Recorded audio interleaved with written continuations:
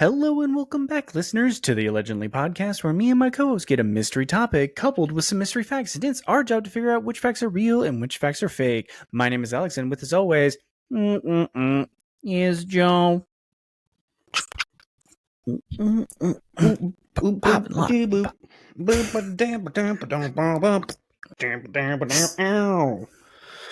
better at that than I am, so it's just nature, baby. So like, it's nature over nurture in that situation. Just good genes. Yes, good.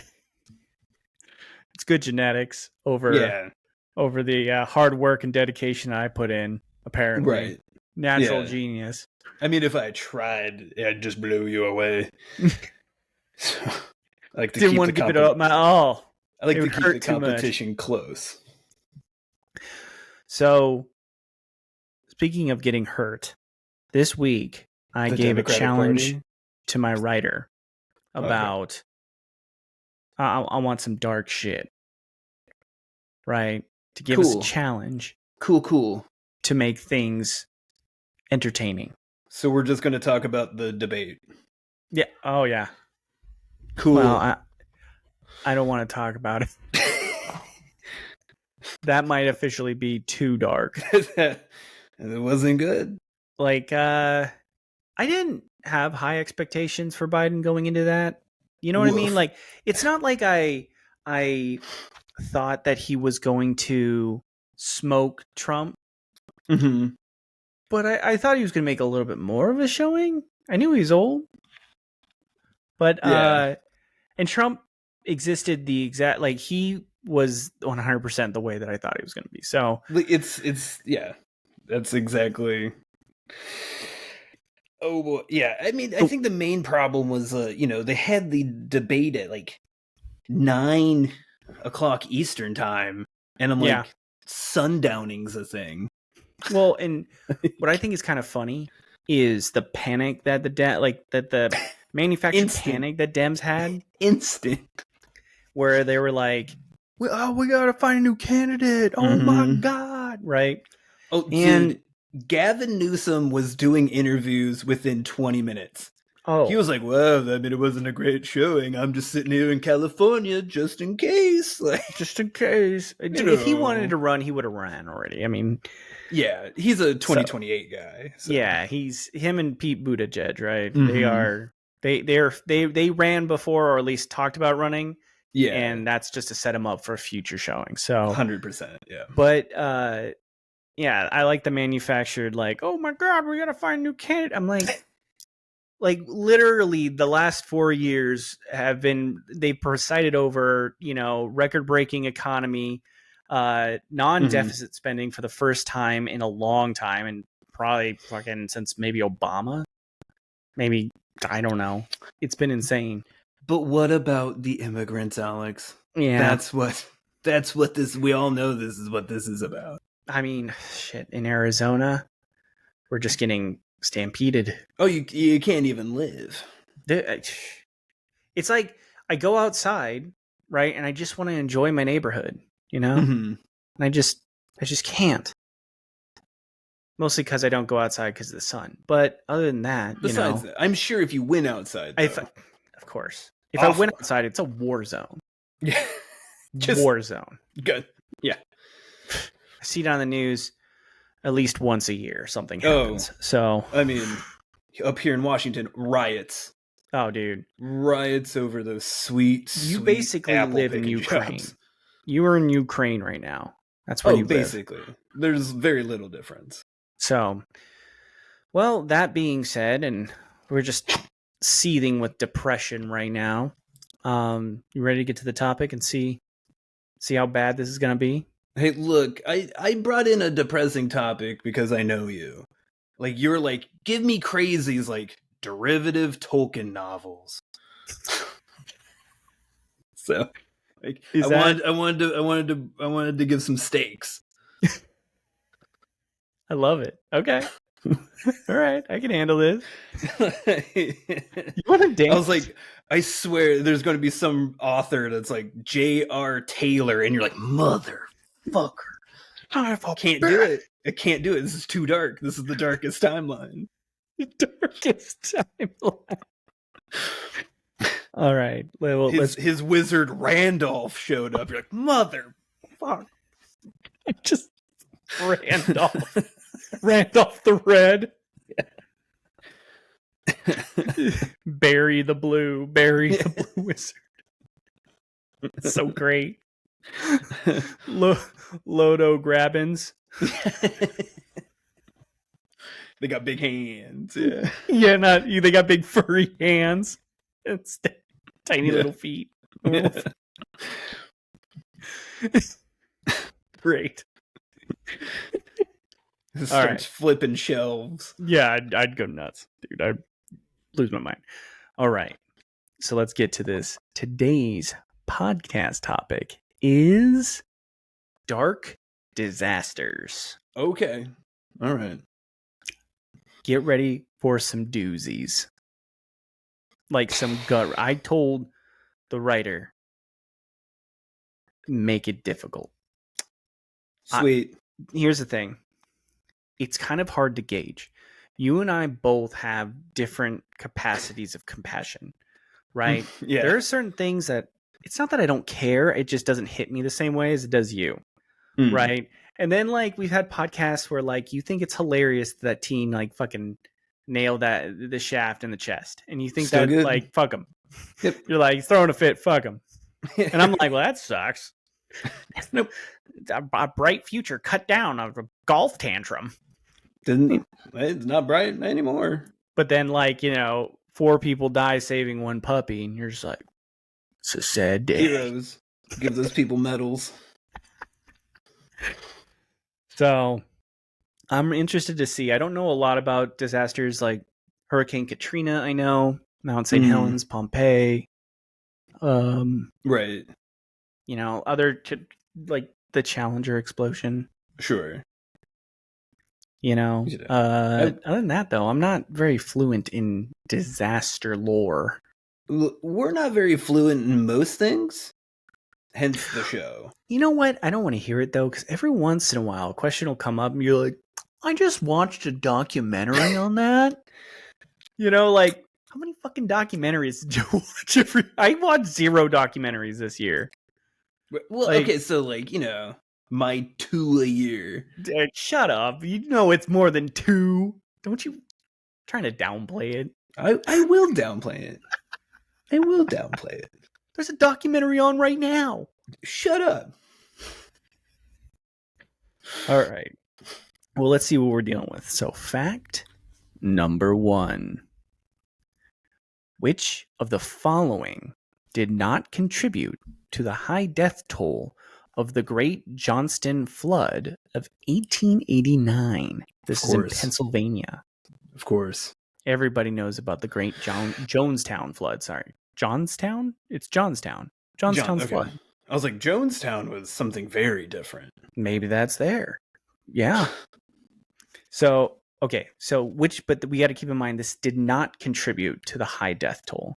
Right. Is it option A, an unusually heavy downpour of rain over a short period of time? B, steel mills dumping so much slag and pollutants into the water over time that it narrowed the river? C, wealthy steel mill owners building a shoddy dam. This is going to be in all of the above. This is one of those. That's what all these options are going to suck. All of these seem plausible. It's just like it's going to get worse as it goes. It's like steel 100%. Mills secretly hiding dead bodies in the river to avoid lawsuit, and all the bodies they started sticking up, dam in the river. Jonestown flooded because of a human dam of the river. That's exact. Okay, wait. Wealthy steel mill owners building a shoddy dam across the river to create their own private lake resort for wealthy associates. The genius steel overlords decided the dam would look nicer if the 3 feet lower. It was 3 feet lower than what was engineered, so they decided to make it 3 feet lower. No way to let out water during an emergency because the job creators stripped out all the metal pipes and valves in the dam to sell for scrap. Johnstown authorities ignoring dire warnings about the dam's imminent collapse because they had been dire warnings before and it had never collapsed before. I love that's always my favorite. Like, well, it hasn't flooded before, so. G, there happened to be a barbed wire factory just upstream from the town. And H, Hannibal Lecter sharks and electric boat batteries. A. The unusually heavy dump. Which one did not contribute? Okay, so as everybody knows, Hannibal Lecter was in prison in Johnstown in 1888. I'd like to think that Hannibal Lecter was working with the sharks. Like him and Jaws teamed up, and Jaws has like a giant electric boat battery for like a pacemaker now because it exploded his heart. Right. So, yeah. And so they're working together in conjunction to flood Jonestown. Hannibal Lecter is the one that convinced the shark to go down to the Caribbean to chase the wife in Jaws, The Revenge. Genius. That's how he did it. We're done here. Done. So obviously it's H. That is a funny enough direct Trump quote. About did you ever hear that quote? Yeah, where he's like there's sharks on one side, live wires on the other side, electrocution or sharks. 10 yards, 5 yards away. I like how he's normally against electricity, right? Like electrical battery stuff. Yep. And he the analogy should have been he would take the shark because being electrocuted would suck. Right? Because that would paint the picture that it would suck to be electrocuted. Yeah. Right? Like that's the worst thing. So why have an electric one if you can have gas powered? That's where I thought he was going. One major flaw. But then you're assuming he knows what an analogy is. Yeah, but then he took the electricity. Like if it's one or the other, I'm gonna take the electricity. Shark gonna get me. I don't want a shark to get me. A lot of attacks. It's like he lost himself in that whole analogy. Yeah, it was he's nothing but streams of consciousness. It's just. So it's G or it's H, right? Yeah, and I do think all this shit happened. The steel overlords. Donald Trump's quoted. He's like Hannibal Lecter, nice guy.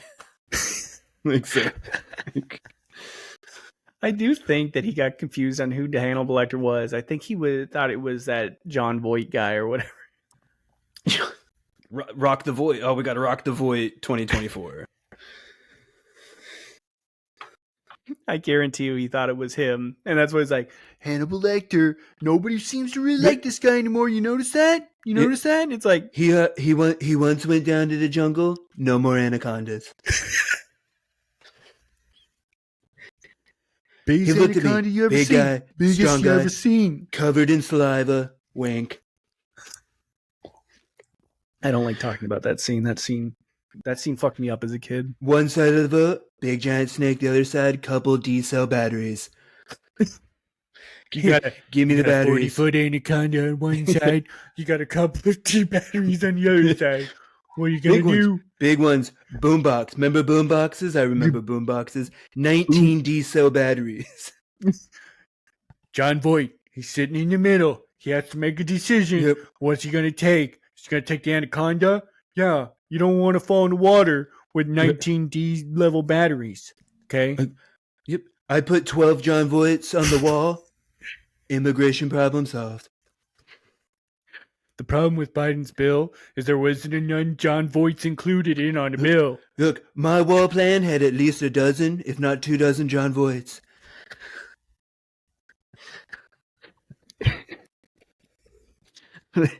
Sorry, I think I meant Hannibal Lecter's. I met a guy who was called an electric cowboy, and I said, whoa, I don't like batteries. And he said, hey, I'm walking here. And I was like, that's a good guy. That's a good guy. Good guy. Put 15 Hannibal Lecters on the border. So there I was, World Series of Poker. I'm a great poker player. It was me, Hannibal Lecter, and John Voight. On the one side of the poker table, 40-foot anaconda. The other side, 36 diesel batteries. And I said, gonna play again? all in. All in. Moral of the story: don't go all in on diesel batteries. I'm telling you, windmills kill birds.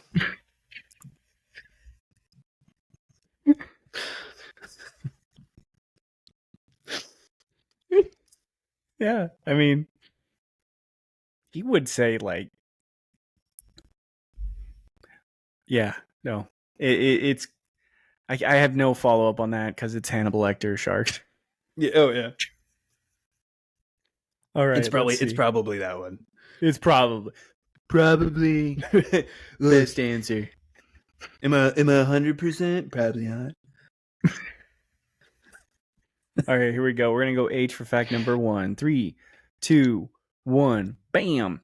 It is Hannibal Lecter sharks and electric boat batteries. That's another disaster entirely. From Wikipedia and History.com, the Johnstown flood was a perfect storm parade of horribles. In 1889, that claimed the lives of 2,200 people, 2,208 people, in increasingly awful ways. All because some rich dudes wanted a private lake resort where they could plot a 130-year takeover of the U.S. Supreme Court, probably. Oh, okay. God damn, this one goes hard. 130. That's like half the age of the country. That's some real, 1889. That's like the inception of the country. God damn. Okay. So it says here the country was incepted. 1776. Oh, I get what you're saying now. Okay, never mind. I was like, when did it didn't start in 1889, right? No. Well, it's 130 year and it started, yeah. I get what you're saying. Okay. I'm like, uh-oh. These steel owners started making plans the second the Mayflower landed. They're like, right. Let's put a steel mill right there. Jet skis. Jet skis. Okay, so this is from Wikipedia. Just before reaching the main part of Johnstown, the flood surge hit Cambria Ironworks in the town of Woodvale, sweeping up railroad cars and barbed wire. Boilers exploded when the flood hit the wireworks. Miles of barbed wire became entangled with the rest of the debris in the floodwaters. One witness on high ground in a nearby town described the water as almost obscured by debris, resembling a huge hill rolling over and over. Residents of Johnstown were caught by surprise as the wall of water and debris bore down, traveling at speeds of 40 miles per hour and reaching the height of 60 feet in places. So this is some real Dante's Peak stuff. Dude, yes. This is like barbed wire debris. It had to be on fire, right? It was like a rolling fire hill of water. The Oilers got caught up in it, so yeah. Halfway through the town was an arched railroad bridge, against which the debris began to pile up. For a moment, it appears as though it might actually dam it up enough to stop the flood from continuing its destructive path through the town. The stone bridge, a substantial arched structure, carried the Pennsylvania Railroad across the river in the center of Johnstown. The debris carried by the flood, now including twisted steel rails, boxcars, and entire buildings, and the bodies of the flood victims, formed a temporary dam at the bridge, forcing the flood surge to roll upstream.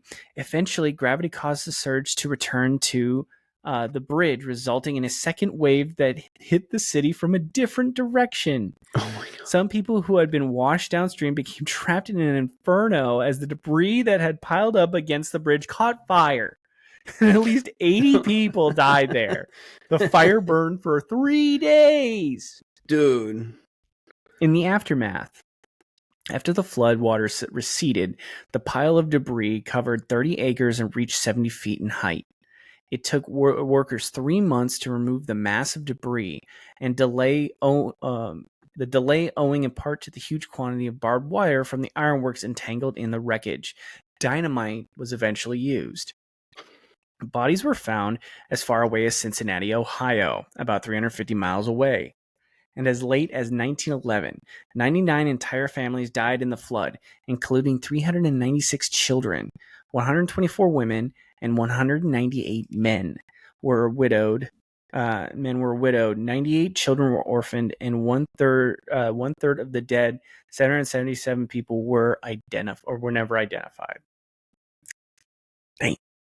All right. Because of the incredible wealth and resources of the steel magnates, and because they had operated under a limited liability company, they suffered exactly zero consequences. They said they felt really, really bad, though, and channeled a donation of thousands of dollars to the relief effort. A poem from the disaster from Isaac G. Reed sums it up. It says here, many thousand human lives, butchered husbands, slaughtered wives, mangled daughters, bleeding sons, hosts of martyred little ones, worse than Herod's awful crime, sent to heaven before their time, lovers burnt and sweethearts drowned, darlings lost but never found. All the horrors hell could wish, such a price was paid for fish. There's more, but what? Get fuck off. To end on a positive, the death toll was originally 2209 and included the named Leroy Temple. 11 years after the disaster, a very much alive Leroy Temple shows up back up in Johnstown, single-handedly knocking down the death toll by one. Leroy Temple had extricated himself from the fiery debris that day, walked out the valley, and immediately moved to Massachusetts. Like, Smart fuck guy. this shit, I'm done. Yeah, I'm out. I said, Lord, give me a sign to move. Well, that's it. We're crab people now. I'm moving in with Uncle Charles. We're going to fucking fish for lobster. Oh, man. Imagine if he moved to Boston the year of the molasses flood. Dude, what if he's like that, just the guy that travels in like the cloak, right? Just right before every disaster. He's like, it follows me. He's like in San Francisco during the fucking earthquake. Yeah, he just walks around to Bruce Banner's music. Dun, dun, dun, dun. Hitchhiking. Yeah. One dude recognizes him, runs his ass over. Just think I just saved the world. His last words were, "Thank you." Fuck. Anyway, okay. That went hard. Nah, could have been harder. I mean, now you're just acting tough. A fiery dam made up of steel debris, bodies, boats, and houses. Don't forget barbed wire. And barbed wire. 30 acres big and like whatever, 40 miles fucking long, whatever it is. Don't forget it pushed bodies 350 miles. Sorry, you had to find somebody in your field. There's a dead guy. Johnstown. Dumping your dead here. They landed in Cleveland, right? That was like Cleveland's probably just used to it. Well, I mean, they're probably stoked for dead bodies. The river's on fire half the time. Yeah. Just throw them in the fire river. Yeah. You just put them in the crematorium. Yeah. The river. Sit them there for a little bit. Feeds the fire fishes. We're good. Oh, shit. Well, we got it right. Fucking A, dude. How nuts is that? Oh, boy. Well, that's the warm up. Super stoked. I'm super stoked. This is awesome. I'm glad you requested this. I'm excited too. Cool. I was really hoping for derivative works. No, I'm going for some fucked up shit. Let's get some fucked up shit. All right, player. I'm sure China had some more fucked up shit than this, right? Like, come on. Human atrocities. Oh, okay. Like, sure. They're old. I mean, I imagine at some point somewhere, the Great Wall wants to have a word. They're like half people. You know, oh, okay. I didn't know this was the Atrocity Olympics. Yeah, look. Cool. Look, I watched Mummy 3. Okay, all the dead guys coming out of the wall. We know. Yeah, that was Jeff Bezos's future Amazon employees. That was his necro robotics lab. Yeah, why didn't he gets a telephone call from Bezos? Hey, want to be a partner? I got a job for you. All right. Let's jump to fact number 2. Fact number 2. In a maritime disaster, women and children first was not always a thing. I like how you said maritime. Maritime, sorry. You really leaned into the Mary. Like you tried to make it happy. Reading it. You were like, oh, it's nice. It's a nice merry time. How many times do you read the word maritime? I'm not knocking you. I said I liked how you said it. Oh, after that story, we get a little bit of happy. Yeah, you were like, I was like, oh, he's trying to spin it as if this is a positive story. It's a merry time. Merry. A merry Christmas time. I'm so excited right now. Let's drown as a family. It was an honor to play with you guys. He starts playing while the batteries shock him to death.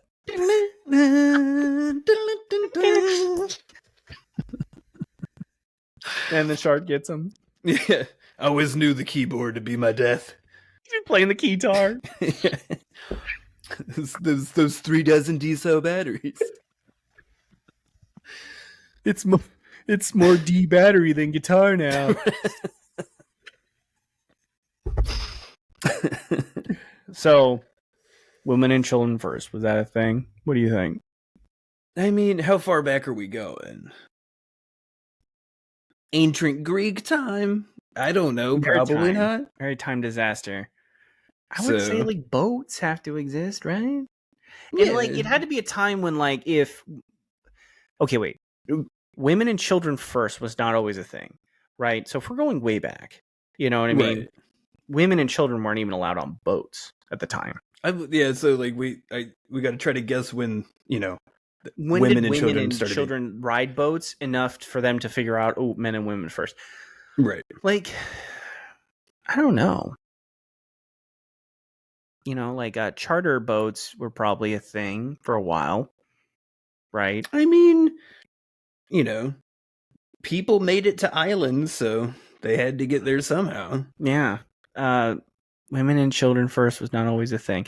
Maybe it was like save yourself and then you can save your wife and kid faster. Mm-hmm. Yeah. You know, like put your mask on first. Exactly. But, you know, like, why would you jumping into a boat? Maybe to save their spot? Well, so you could then help them in? Catch them. Right. You got in and then they could just jump into your manly arms. It's going to be something fucked up. It's going to be some of this like crazy disaster where only women and children died because all the dudes were like, sorry, we got to get off. So we're worth more to the country. It was a sacrifice to Poseidon. They're just like, whoa, we must have pissed somebody off when we ran into that reef. And then the fucking ship sinks and the batteries get them. You know? Hey, Poseidon didn't accept the gift because it was batteries that got him, not the sharks. Yeah. I don't know. What are you thinking?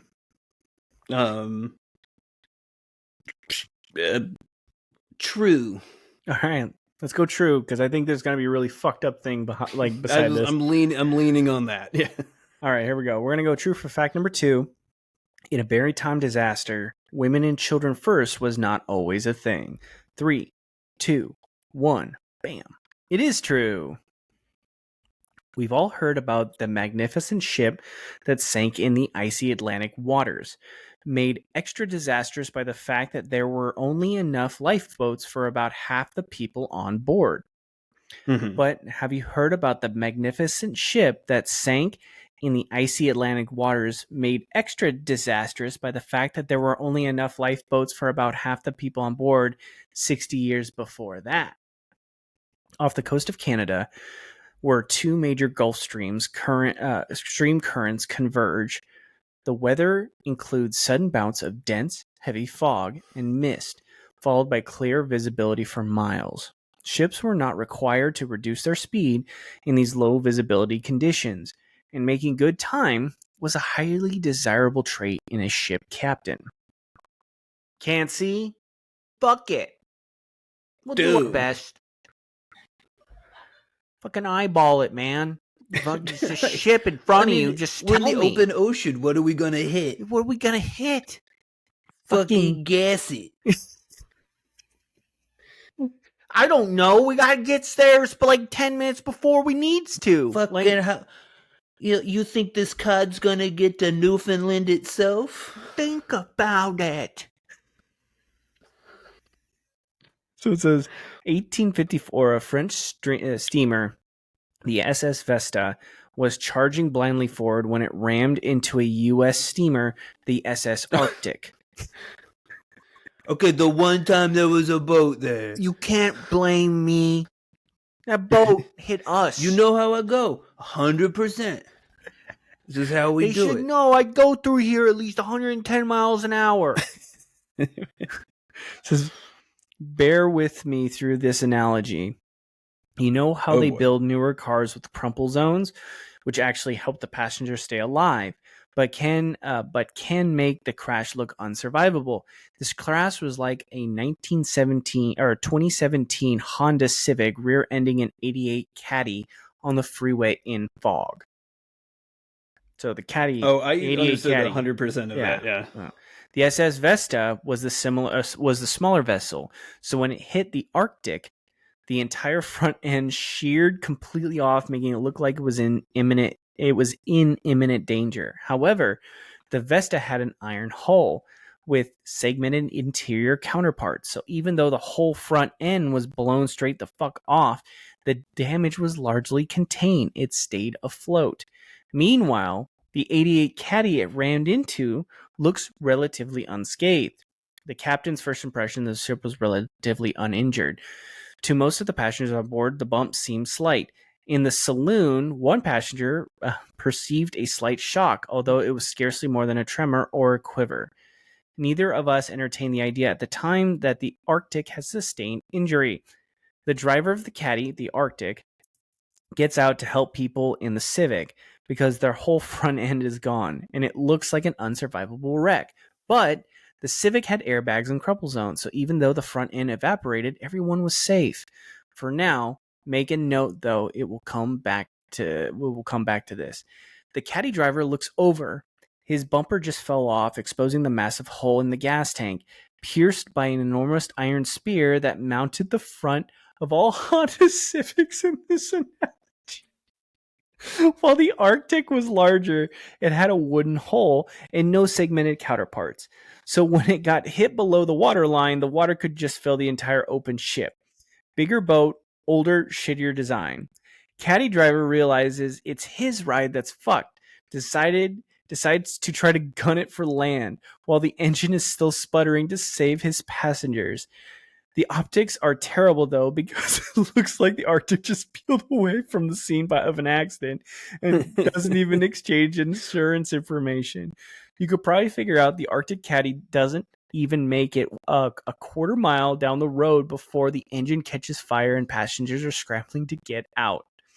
There were only 6 lifeboats on the SS Arctic to begin with, and the captain wasted one of them, sending 6 crewmen to help the people in the Civic, who were all fine. For now. Yes. The 5 remaining boats could safely hold about 150 people total, well under half the total passengers, but easily enough for all the women and children on board. This is not how it went down, so to speak. As the women and children were being calmly shepherded towards the available lifeboats, dozens of the ship's crewmen jumped on board, cut the lines, and hastily sped away from the thousands of crying children and pleading mothers. God damn.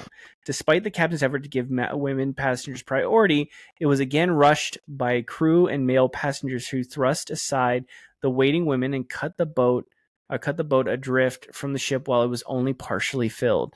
On the 3rd lifeboat, they managed about 12 women situated, but as it was being lowered, crewmen jumped to save themselves, upending the boat, sending them all See to drown. Damn.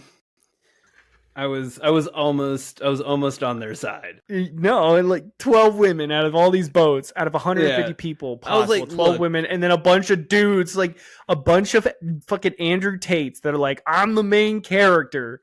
Fucking jump from the bow. Look, those were people that worked on that boat. They knew. They're like, there's not enough boats. It's go time. I'm kind of on board. Like, that sucks, but hey.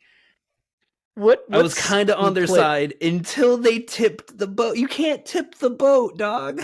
Dude, what song played when he jumped off the fucking side of the boat? Was it like... There goes my hero. Watch him as he's like 100%, dude. He thought he nailed it. He does like... He thought... Here's the thing. One dude made it, and the others were like, got it. And that's what ruined it. They all thought they were Jordan.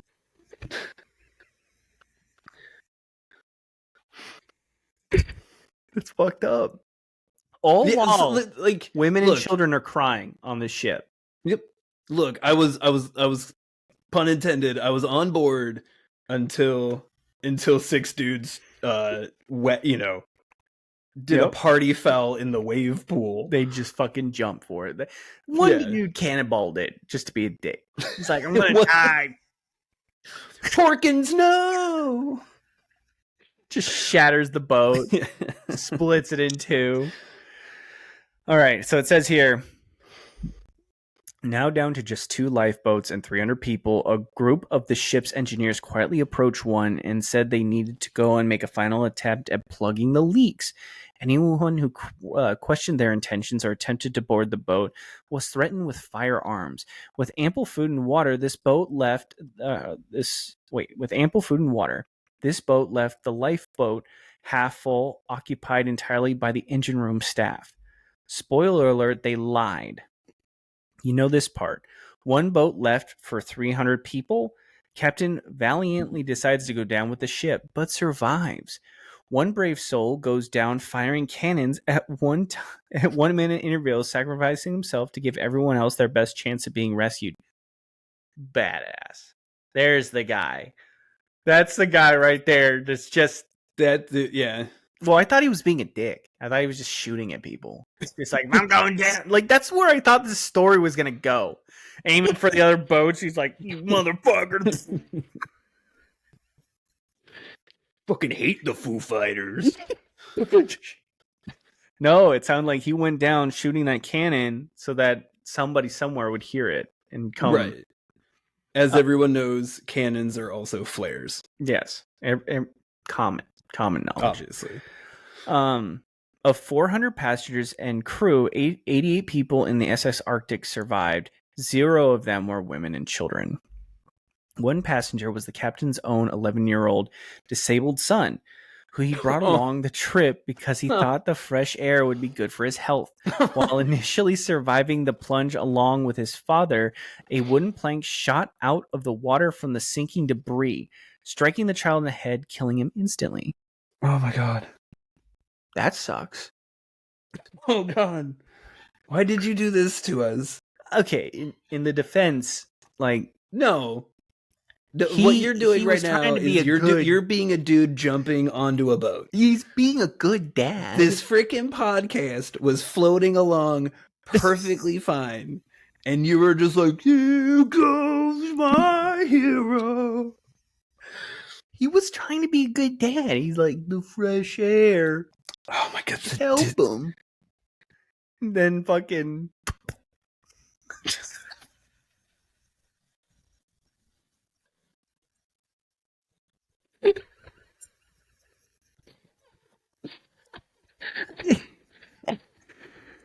There's more to this too. That's not it. I hate you so much. Wait, so it says, remember the Vesta, where everyone was fine. It was the boat with the crumple zone. Mm-hmm. In the initial melee and confusion, about a dozen of them split off in lifeboats to hoof it to the nearest gas station. As the caddy was speeding away from the wreckage, it ran over the Civic's lifeboat.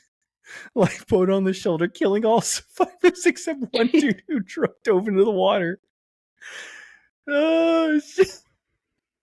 The SS Vesta made it to Canada with everyone who stayed on board, and after repairs, made it operation for another 20 years. Civics are reliable. That's what I took from that. That 88 Caddy, dude. I mean, that response is exactly how a person driving an 88 Caddy would respond. Yeah. Yeah. You know? No, save myself. Killing everybody on the road. Right, yeah. 88 Caddies, were cool in 1988. If you're driving one now, you're either 80 years old or a real dickhole. Oh, yeah. 100%. I just think that, damn, like, it just got worse and worse. This is hilarious. This, you know what this podcast is? It's like a plank to the side of the head. Yeah.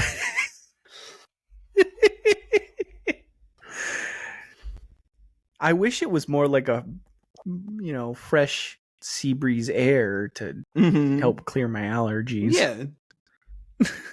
like I can't imagine them trying to fill these fucking lifeboats like in the Vesta or whatever, and they're like, we're going to safety. Like, those guys. Okay, wait.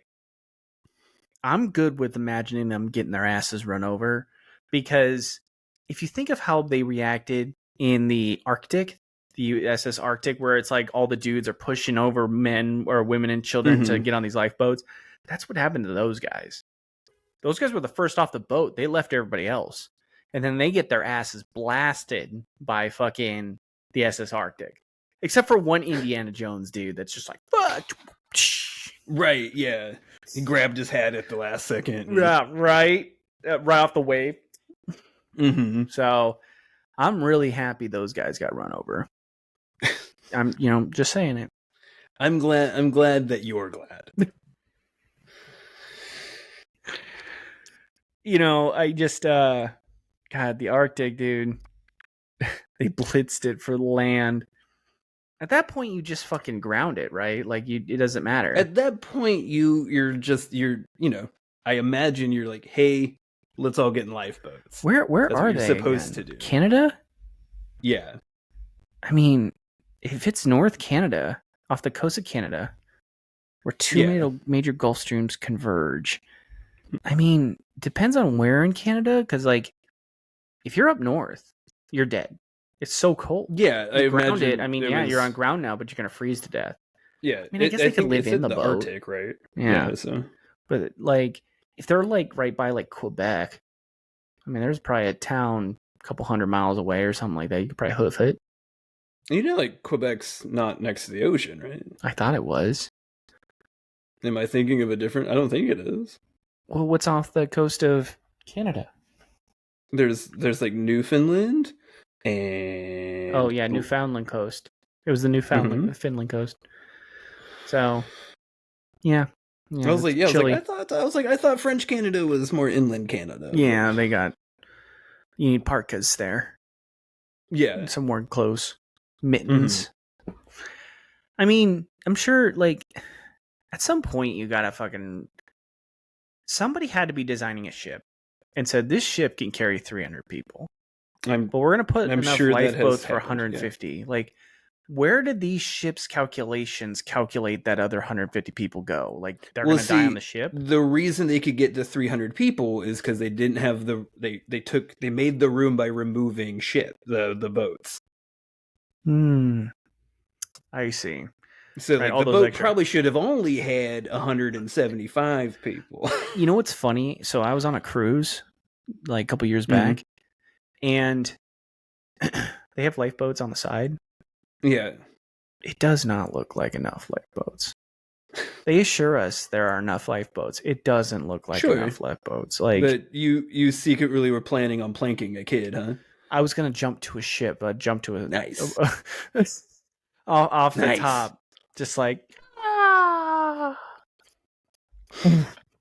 got it, flipping the whole boat. Those boats are hefty too. They're like tank lifeboats. Right, yeah. I mean, after so many years of getting caught with your pants down on not having enough lifeboats, companies have decided to have enough lifeboats, right? Nah. Yeah, the fucking No way, dude.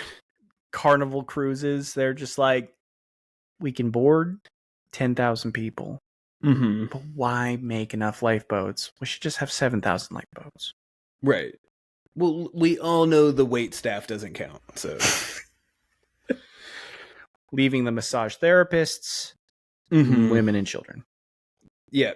The boat's magician, he can stay on the boat.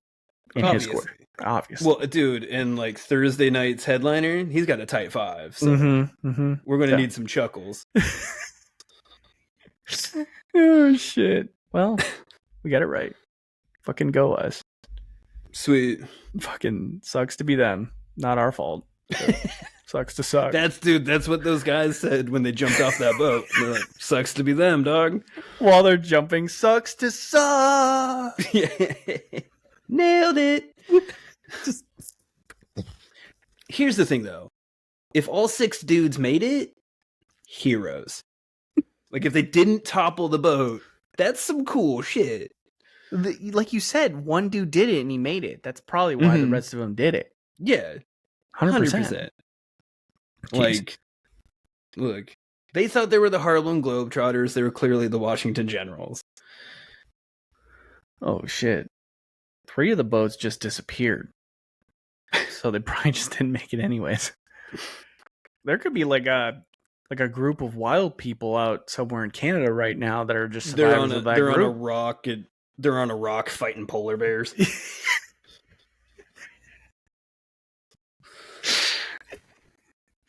Yeah. The saga of those people. Okay, here we go. Fact number 3.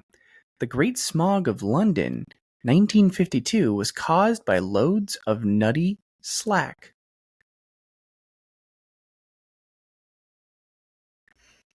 The fuck is nutty slack? I'm gonna go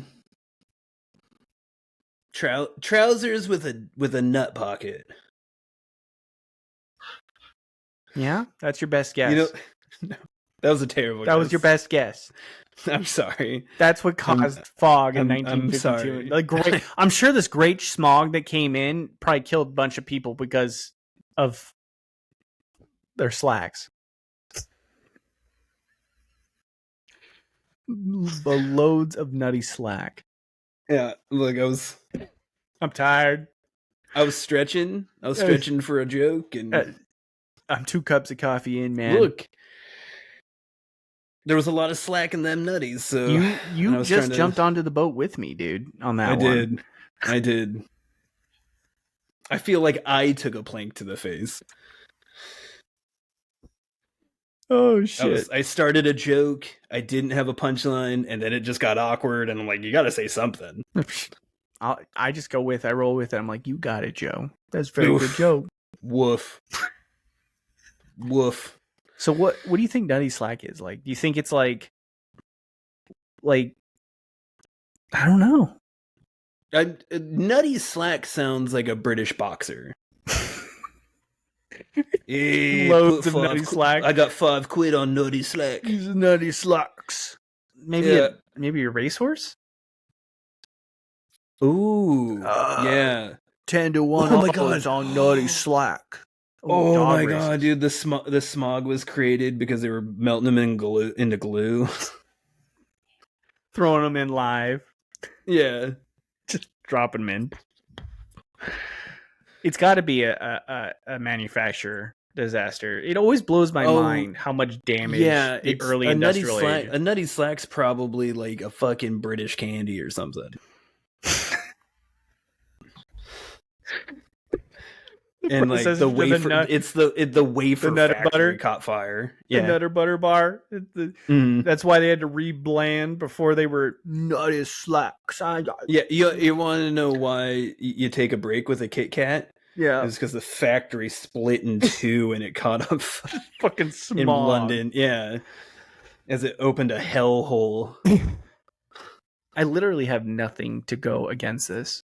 No, I'm going true. I'm gonna go true too. You know, it's probably not. It's probably worse. It's probably like 8 orphanages burned. Well, and all the smog. I'm sure if I understood Cockney slang, it makes sense or something. They're like, but, oh yeah, nutty slap. Yeah, that's a fun. Yeah, You're like, yeah. I'm sorry. What was that? Yeah. Well, what the? Dogs. Oh, dogs. Hey, went on the road there. Who would you did? It's exactly. You're like, nutty slack. Oh, nutty slack. Yeah. All right. So we're going to go true. The Great Smog of London 1952 was caused by loads of nutty slack. 3, 2, 1. Bam. Oh, it is true. Obviously. London. You know, fish and chips, cup of tea, bad food, worse weather. Mary fucking Poppins, London. Optional +1 bonus if you can name the movie that's from. I'm going to say Guy Ritchie. I was going to say that's from Snatch, right? Is it? I don't know. London. I think that's what Dennis Farina says. London, you know, fish and chips, cup of tea, bad food, worse weather, Mary fucking Poppins, London. That was a perfect Dennis Farina. Yeah. Thank you, Governor. Oh, spot on, Dick Van Dyke. All right, so during World War II, high-quality coal was rationed and sold to pay off war debts. So the only fuel people could get in the 50s was a cheap mixture of coal dust and lumps referred to as nutty slack. The days preceding the Great Smog were unusually cold, so everyone was burning their nutty slacks off to stay warm, causing sulfurous smoke to settle in the city.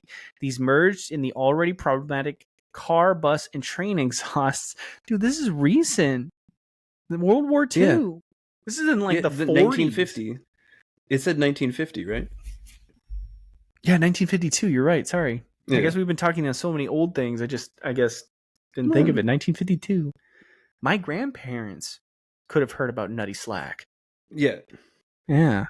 So the days preceding the Great Smog were unusually cold. Okay, wait. These merged in with the already problematic car, bus, and train exhausts and flew gases from the nearby factories.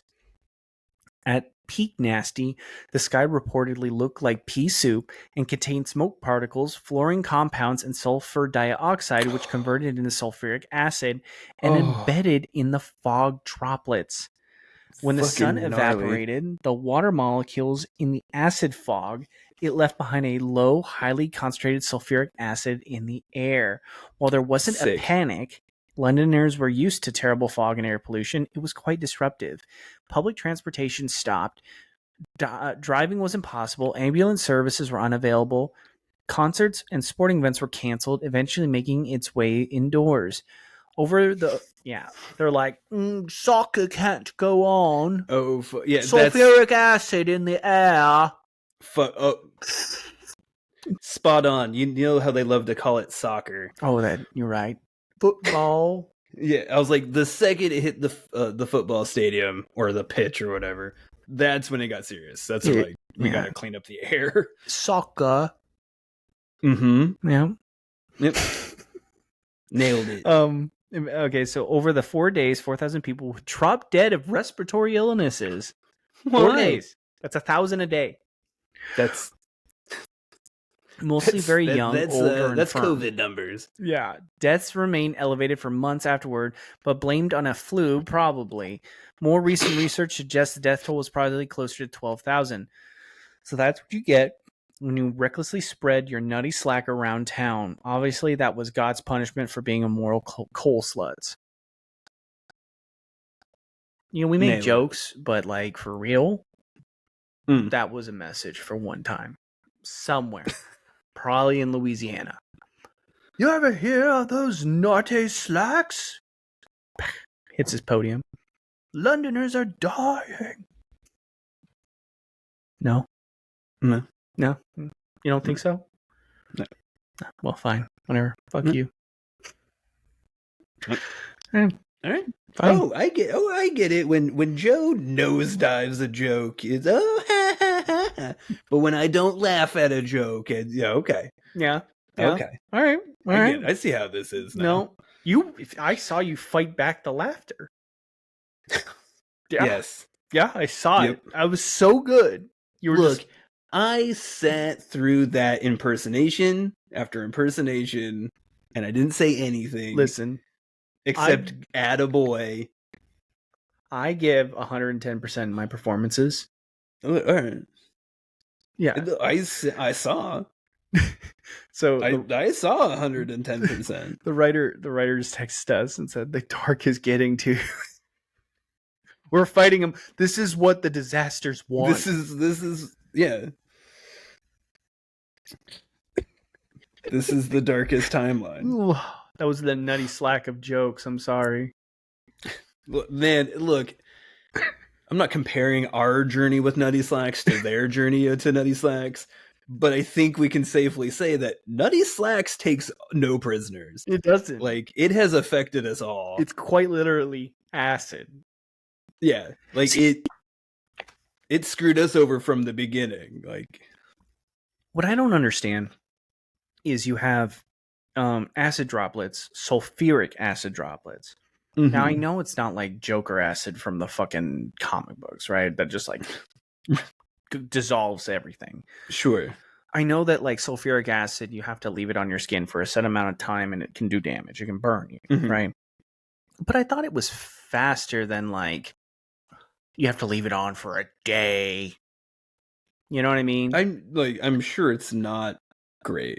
Yeah, but like these were droplets in the air. It's like imagine the mm-hmm. fog when you go into Seattle, right? Yes. And your facial hair is wet, your hair is wet, your shirt's damp. That's all acid, right? Like, yeah, I'm sure. They're dying of respiratory illness. I get it, but nobody's getting burned. Did the burnings happen? They talk about skin like melting off their bodies. Oh, okay. People did get burned. Oh, and then rich people who could afford gas masks breathe less acid inside their lungs. Oh, okay, yeah. They got burned. So they did get burned in their lungs. So they were getting burned because the lungs were cool. Yeah. I thought you wanted to remember that glimmer of hope that we had when we didn't know that? No. I don't either anymore. This is fucking nuts. It's been filled with darkness. It's filled with acid lung. We're drowning in our own lungs. Yeah. Acid lung. We're breathing acid and taking planks to the head, bro. Mm-hmm. Like, that's this podcast. It's peak nasty, which is, by the way, my rap name. And I don't see the answer for the bonus answer. Oh, we got it. Yeah. It's from Snatch. Yep. So we got the bonus. Good for us, dude. We're actually nailing this. This one's easy because we just go for the most depressing way. Mm-hmm. Like the most depressing thing. I'm going to say it's a hollow victory. Except for that bonus. That was really nice. Was good. You feel good about that. Yeah. All right, here we go. Fact number 4. In 1972, a ship nearly sank when the hull was accidentally filled with tapioca pudding. I don't want to waste too much time talking about whether we think this is true or not. I hate tapioca pudding. So. I want it to be true, and I want it to be horrific. Like, the tapioca pudding attracts sharks and just massacred everybody. And giant squids. Yeah, and, like, all these people are getting massacred, and then, like, fucking some lightning storm comes in and just starts zapping all of them. This is what you want to happen. I mean, what I want to happen is just like a, Sam Raimi style. Oh, there's pudding everywhere. Bruce Campbell like slipping and falling, but like they just go on with their day. It's just Bruce Campbell in the hole, like tapioca. Maybe some Don Knotts is like, it's everywhere. Yeah, They said it was only gonna be a little tapioca. Brought 8 crates of tapioca. And I thought the ostriches were bad. So we going true? It has to be true, right? Sure. Has to be. Yeah. All right, we're going to go true on fact number 4. In 1972, a ship nearly sank when the hull was accidentally filled with tapioca pudding. 3, 2, 1, bam! It is true. This is from Wikipedia. Was it Willy Wonka's boat? Dude, 2,000 Oompa Loompas died that day. Show some respect.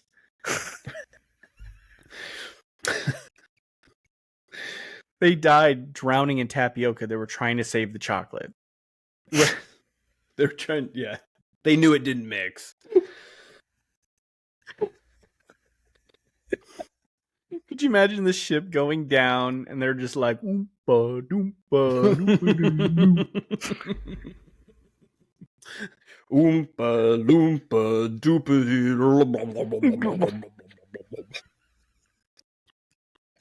Yeah, that's how it would go. Yeah. So it says in August 1972, a ship returning from Thailand to the Netherlands sustained a fire in the timbers of the upper rafters of the cargo hold. The crew had limited means to deal with it at sea, so it smoldered for 25 days until the ship could be docked and proper fire equipment brought in. At a port in Wales, firemen drenched the flaming timbers with thousands of gallons of water, which immediately seeped down into the lower part of the cargo, which contained 1,500 tons of dry tapioca.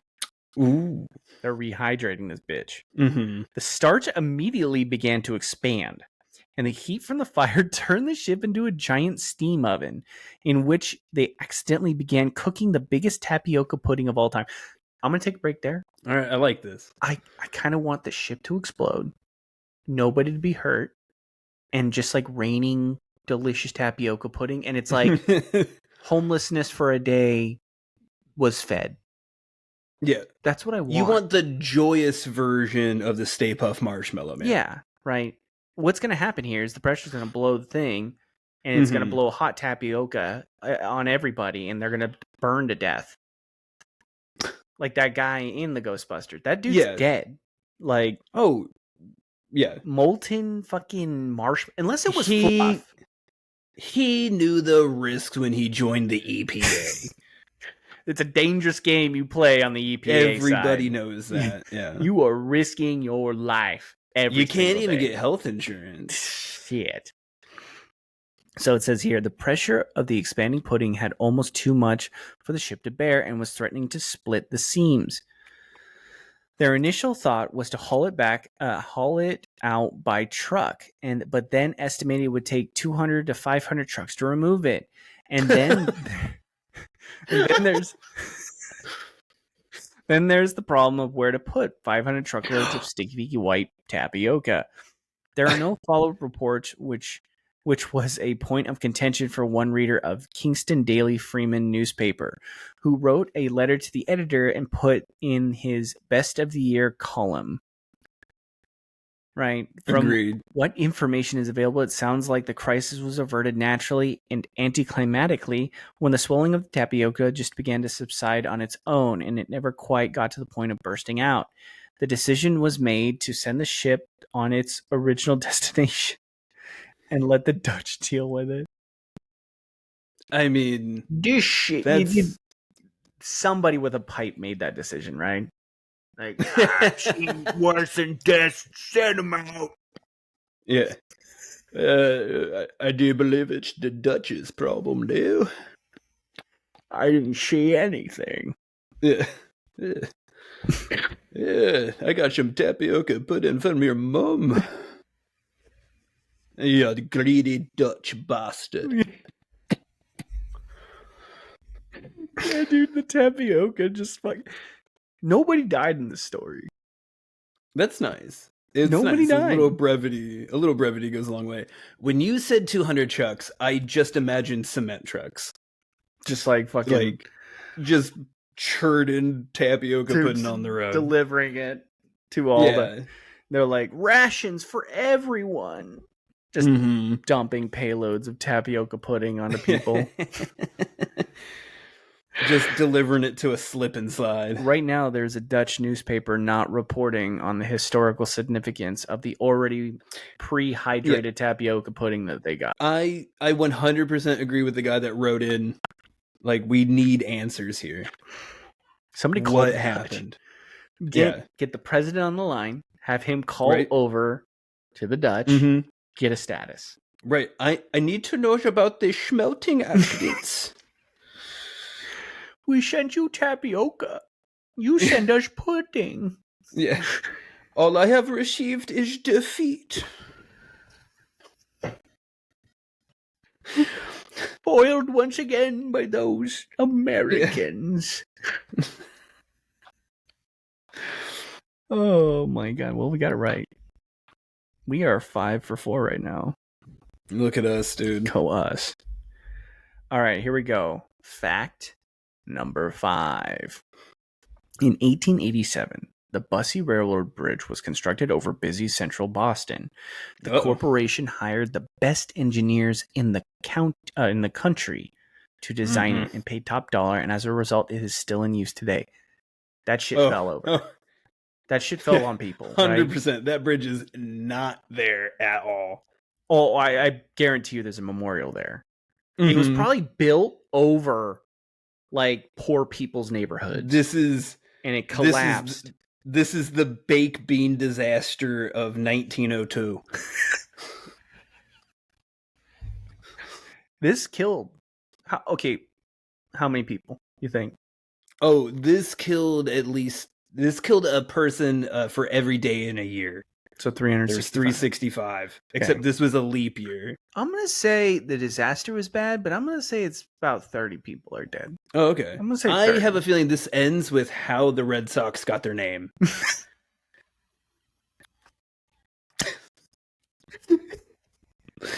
As they walked through the rubble, their bloodied socks. They continued to play their baseball in bloodied socks. Yeah. And the White Sox are just like, God damn. Fuck. Son. Shit. Like, what do we got? All right. Let's go true. Or let's go false. This is a false because it is not still standing. All right, we're going to go false. In fact, number 5, that the Bussey Railroad Bridge is still standing today because of fantastic design. 3, 2, 1. Bam. It is false. All right, this is from Wikipedia. Structure Mag. Nailed it, bud. We fucking nailed it. Author and historic bridge engineer Frank Griggs Jr. The Boston and Providence Railroad Company hired a random dude who said he could build it for $4,500. As a thoroughly... I love back in the day. You could just say stuff and people were like, all right. I got it. Trust me. Fucking trust me, bro. I'm wicked good at bridges. My friend over here, she's wicked smart. Fucking, you gotta get your fucking kids to school. Just you fucking wait. You're gonna be there so fucking fast. This is exactly how the Seattle Bridge was built, dude. Yeah. You know that bridge out in 1887? My grandpa made that. Yeah. Trust me. Fucking would have worked too until the fucking city burnt to the fucking ground. So it says, as a thoroughly first-class structure in every respect, including a special brand of iron for all tension members, superior exactness of manufacture, and in strength to be fully up to that specified. Spoiler alert, he turns out to be a complete and total fraud. With almost no experience designing bridges, welding trusses, or anything. In 1887, as a commuter train... Is that bad? It's the 1800s. This dude's just like, I got it. And he just dips. It just needs to last long enough for him to pack his suitcase and get out of town. Right. In 1887, as a commuter train full of passengers was crossing, the back end began to sway. 6 of the 9 rail cars slid off the track, toppled off the bridge, and down the embankment, killing 23 people and mangling hundreds. The newspaper report. You said 30. That's pretty good. Well, it's not done yet. There could be like those things. I can still get the 360. Yeah, and it hits a fucking nutty slack fucking factory and 10,000 people dead. Yeah. The newspaper reports are graphic and difficult to read from Wikipedia. This is from Wikipedia. The disaster shocked the entire nation, especially the suffering of the injured, some of whom were transfixed by splinters through their bodies, and others dismembered, and yet others badly mangled. The first body that rescuers pulled from the wreck was that of a headless woman. 2 young men were pinned under a pile of rubble with a car stove full of glowing coals hanging over them. Fortunately, the doors of the stove stayed closed and the bolts held firmly, and they were rescued. Oh, okay. That's like a Saw moment right there. It was. Like a Chris Farley, like, please hold, little bolt. It's just like slowly like jiggling out. No. Thank God I got this hard candy shell. Oh shit. Perhaps more egregious than the graphic depictions of the scene were the Monday morning quarterbacks who excoriated the bridge's design and the railroad company for doing zero basic due diligence on the guy claiming he could build a bridge for $4,500. Mr. George Vos testified as part of the investigation into the disaster. Look, I know $4,500 was a lot more money back then, dude. I'm telling you. Wait, but I'm doing this. Listen, I got my cousin down south, so he could build one of those for like 10 grand. Listen though. Sometimes I think it's a lot. Like I think, 10 cents. Where is that? Right. And I would think 10 cents is like $20, right?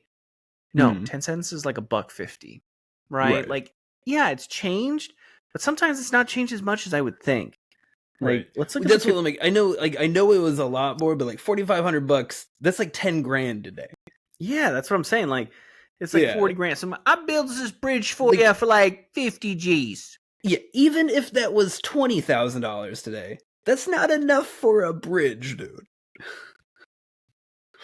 So let's see here. Calculator. Let's see what we got. Oh, it only goes back to 1913. Well, let's see now.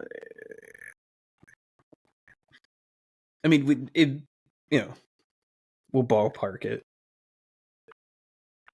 1876. And then what was it, 4,500? Mm-hmm.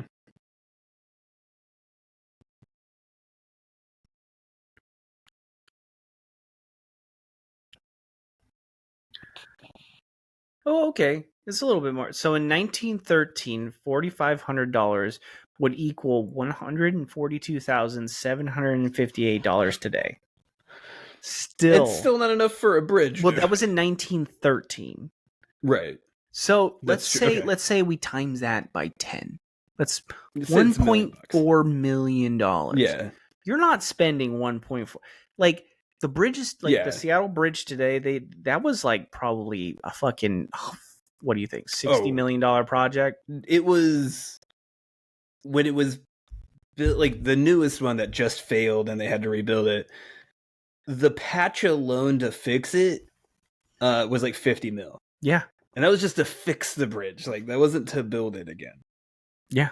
So, yeah, they fucked up. They're like, this guy said he'd build it for like $1 million. Yeah. Oh, I'm so good. So I got these special metal I-beams. Fucking got them right off a boat. They're fucking great. This is made from a new metal. It doesn't melt. Okay. Yeah. You ever seen that movie, The X-Men? The adamantium. That's what we're using. You don't even need to weld it together, dude. The Wolverine doesn't break. Why would this break? Dude, it's self-healing. Fucking It's the fucking Hugh Jackman of fucking Bridges, fucking right? metals. Bumps, Yeah, scrapes. I'm gonna call. Debris. I'm already nicknaming the bridge the Wolverine. Yeah, it's got the claws even. It's awesome. So, you think I'm gonna give a bridge that cool of a name if it's gonna just fall down? Just gotta let you know, the day that we're projecting the end of this, I gotta be out of town like that day. So I'm gonna need this check fast after I finish. I got other projects to do. Yeah. August 17th, I got hard out. Hard, yes. And I'll be unreachable. I'm in a place you probably don't know, building other bridges. Yeah. Somewhere in Africa. Right. Look, I know the telephone was probably just invented. Don't got one. Don't got it. $4,500. It doesn't seem like that. I mean, what year was Maverick? I mean, the movie? Yeah. Wasn't that like 1905 what year it was something? set in? Yeah. Yeah, post Civil War. So I'd imagine. So similar time. I mean, they were playing for $500,000. Yeah, they were playing for big money. That's big money now. That's real bridge money. Yeah, that's like that's what he needed to spend. Yeah. Mel Gibson just became a bridge builder guy. That was Mel Gibson conning him for the money to get on the boat. Oh, I can build that bridge. Let me get my lucky shirt. Yeah. All right. Greatest part. You know what the best part of this bridge is? You don't need to go to the World Bank. Whoa, Mel. Whoa. Settle down. All right. God damn. Whoa, the director's cut of Maverick's wild. It's getting fucking weird. Okay, so Mr. George Vose testified as part of an investigation into the disaster. I think that bridge, in its general plan and its details, was a standing invitation to be knocked to pieces. And I think the immediate cause of the trouble was those broken links. The thing was waiting to tumble down. That is my opinion of that bridge. I mean, where were you in 1876, George? Kind of easy to come in afterward and say, see all these broken metal parts? That's probably why it broke. From Engineering News, quote, we need not point out to engineers that a more grotesque and fantastic parody on the accepted canons of good practice than this strange structure could hardly be found, unless it is now illustrious predecessor. The dreadful one iron truss, one wood truss combination, end quote. So, look, I put an iron one here and a wood one here. It's just it's basically steel. It's a steel truss. Do you remember? You remember when Wolverine just had his bone claws? It's just like that, but like one's metal. So he had to grow it. So it's like one bone claw, one metal claw. Boom. Boom. Hugh Jackman strength. Yeah. I was waiting for, I award you no points, may God have mercy on your soul. It concludes, quote, the hangers were so boxed in with the cast iron that a real inspection must have been difficult or impossible after erection. But the badness of the fragments now in our office, at least, must have been obtrusively evident during erection. So it was all fucked up. It was like a Christmas light tangle of shit. I'm imagining Tim Burton's wet dream. Yes. Yep. So, and then, it just fucking fell over. Like, there's your problem. Did this guy really think he was going? I guarantee you, this guy thought he was really building a bridge. Like, I don't think he is a scam artist, but he's like, how hard can it be? Dog. Look, I'll build this bridge and I'll be home to watch the Sox game. No problem. Yeah, it'll be fine.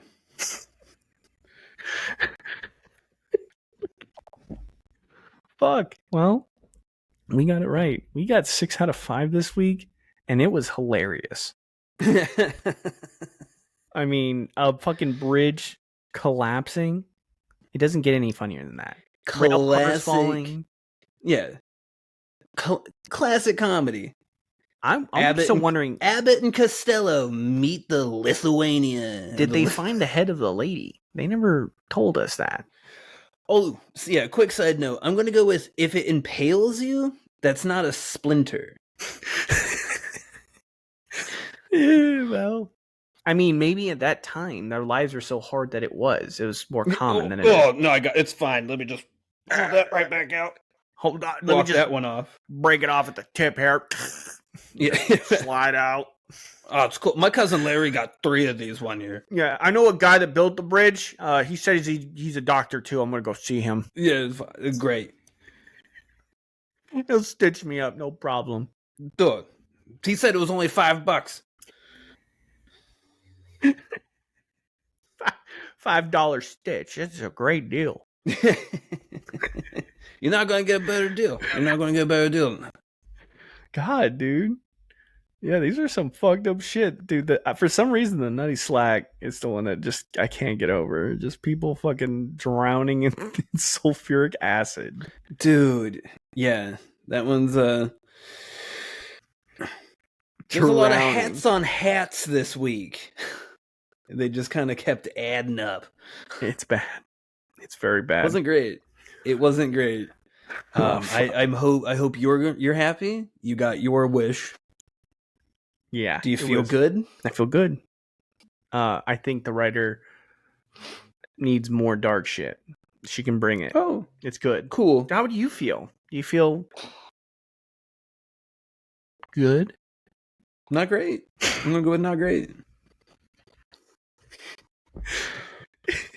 No Seattle fire. The one fucked up story I remember from the Seattle fire. Remember everybody was told that story of the kid that drowned in the puddle? No. I don't think I know about that. So Seattle before the fire, it was largely wooden city, and then everything was like muddy roads. And so post fire, divots were made and shit like that, and at dust has settled, they're rebuilding, and this kid was jumping into puddles, and one looked like a puddle and it wasn't. It was like deep water, and he jumps in and he can't get out.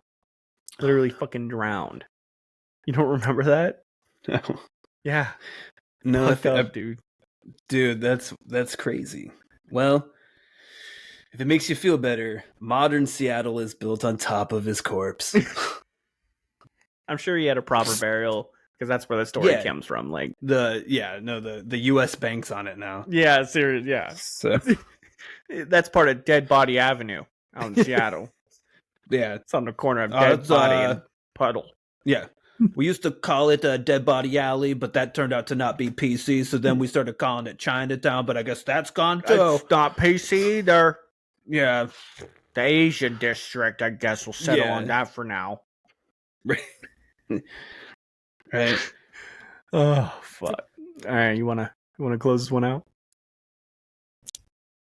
Nope. Yeah, you do. You want to keep going on about natural disaster? Yes, now I do. Let's do 5 more.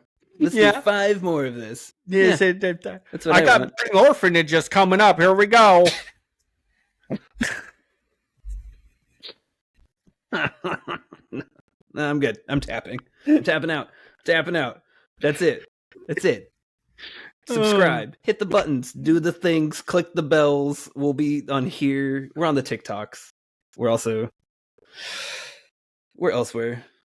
Listen to us where you listen to things. You know how to listen to things. You can listen to things. It's fine. We'll be here next week and the week afterwards. Talking about fucked up shit. Probably. I guess this is us now. This is our existence. This is post-debate existence now. We can't have nice things. We're going to talk about times that were worse than where we are now. Cool. To appreciate. Makes sense. Oh, shit. Well, I guess then we will see you around.